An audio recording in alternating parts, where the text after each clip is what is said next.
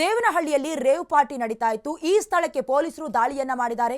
ಕನ್ನಮಂಗಲ ಬಳಿಯ ಫಾರ್ಮ್ ಹೌಸ್ನಲ್ಲಿ rave party ನಡೀತಾ ಇತ್ತು. ರೇವ್ ಪಾರ್ಟಿ ಮೇಲೆ ದೇವನಹಳ್ಳಿ ಪೊಲೀಸರು ದಾಳಿ ಮಾಡಿದ್ದಾರೆ. ಫಾರ್ಮ್ ಹೌಸ್ನಲ್ಲಿ ನಡೀತಾ ಇದ್ದಂತ ಪಾರ್ಟಿ ಇದು. ಕನ್ನಮಂಗಲ ಬಳಿಯ ಫಾರ್ಮ್ ಹೌಸ್ನಲ್ಲಿ ರೇವ್ ಪಾರ್ಟಿ ನಡೀತಾ ಇತ್ತು.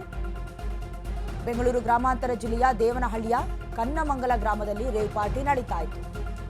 30ಕ್ಕೂ ಹೆಚ್ಚು ಯುವಕ ಯುವತಿಯರು ಪಾರ್ಟಿಯಲ್ಲಿ ಭಾಗಿಯಾಗಿದ್ರು. ನಿನ್ನೆ ರಾತ್ರಿ ಪಾರ್ಟಿ ಮಾಡ್ತಾ ಇದ್ದ ಯುವಕ ಯುವತಿಯರು ಸ್ಥಳೀಯರ ಖಚಿತ ಮಾಹಿತಿಯನ್ನ ಪಡ್ಕೊಂಡು ಪೊಲೀಸರು ದಾಳಿ ಮಾಡಿರೋದು. ಸದ್ಯ ಯುವಕ ಯುವತಿಯರನ್ನ ಪೊಲೀಸರು ವಶಕ್ಕೆ ಪಡ್ಕೊಂಡಿದ್ದಾರೆ. ದೇವನಹಳ್ಳಿ ಪೊಲೀಸ್ ಠಾಣಾ ವ್ಯಾಪ್ತಿಯಲ್ಲಿ ಪ್ರಕರಣ ದಾಖಲಾಗಿದೆ. ಇನ್ನು ರೇವ್ ಪಾರ್ಟಿ ಅಂತ ಹೇಳಿದ್ರೆ ತುಂಬಾ ಬೆಳಿಗ್ಗೆ ಶುರುವಾಗುತ್ತೆ ಅಥವಾ ತುಂಬಾ ರಾತ್ರಿ ಶುರುವಾಗುವಂತ ಪಾರ್ಟಿಗಳು. ಇಲ್ಲಿ ಹೇಳಬೇಕು ಅಂತ ಹೇಳಿದ್ರೆ ಇಲ್ಲೀಗಲ್ ಆಕ್ಟಿವಿಟೀಸ್ ಜಾಸ್ತಿ ನಡೆಯುತ್ತೆ.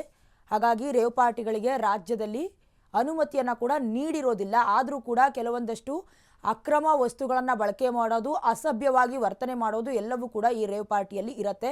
ಮುಖ್ಯವಾಗಿ ಇಮೇಲ್ನ ಮೂಲಕ ಮೆಸೇಜನ್ನು ಕಳಿಸ್ತಾರೆ. ಅವ್ರಿಗೆ ಯಾರ್ಯಾರು ಬೇಕು ಅವರನ್ನು ಚೂಸ್ ಮಾಡಿ ಆ ಪಾರ್ಟಿಗೆ ಆಹ್ವಾನವನ್ನು ನೀಡಲಾಗುತ್ತೆ.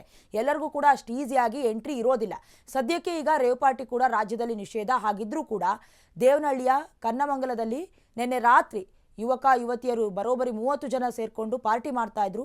ಸ್ಥಳೀಯರಿಗೆ ಡೌಟ್ ಬರುತ್ತೆ. ಹಾಗಾಗಿ ಪೊಲೀಸರಿಗೆ ಮಾಹಿತಿಯನ್ನು ನೀಡಿದ್ದಾರೆ. ಅಲ್ಲೇ ಇದ್ದಂತಹ ಫಾರ್ಮ್ ಹೌಸ್ನಲ್ಲಿ ಪಾರ್ಟಿಯನ್ನು ಮಾಡ್ತಾ ಇದ್ರು. ಹೀಗಾಗಿ ಅಲ್ಲಿ ನೆರೆದಿದ್ದಂತಹ ಪಾರ್ಟಿಯಲ್ಲಿ ಭಾಗಿಯಾಗಿದ್ದಂತಹ ಯುವಕ ಹಾಗೆ ಯುವತಿಯರನ್ನ ಪೊಲೀಸರು ವಶಕ್ಕೆ ಪಡ್ಕೊಂಡಿದ್ದಾರೆ. ರೇವ್ ಪಾರ್ಟಿ ಅನ್ನೋದು ಇದೇನು ಮೊದಲಲ್ಲ. ರಾಜ್ಯದಲ್ಲಿ ಪದೇ ಪದೇ ಆಗಾಗ ಸೌಂಡು ಮಾಡ್ತಾ ಇರುವಂತಹ ಪಾರ್ಟಿಗಳಿದು.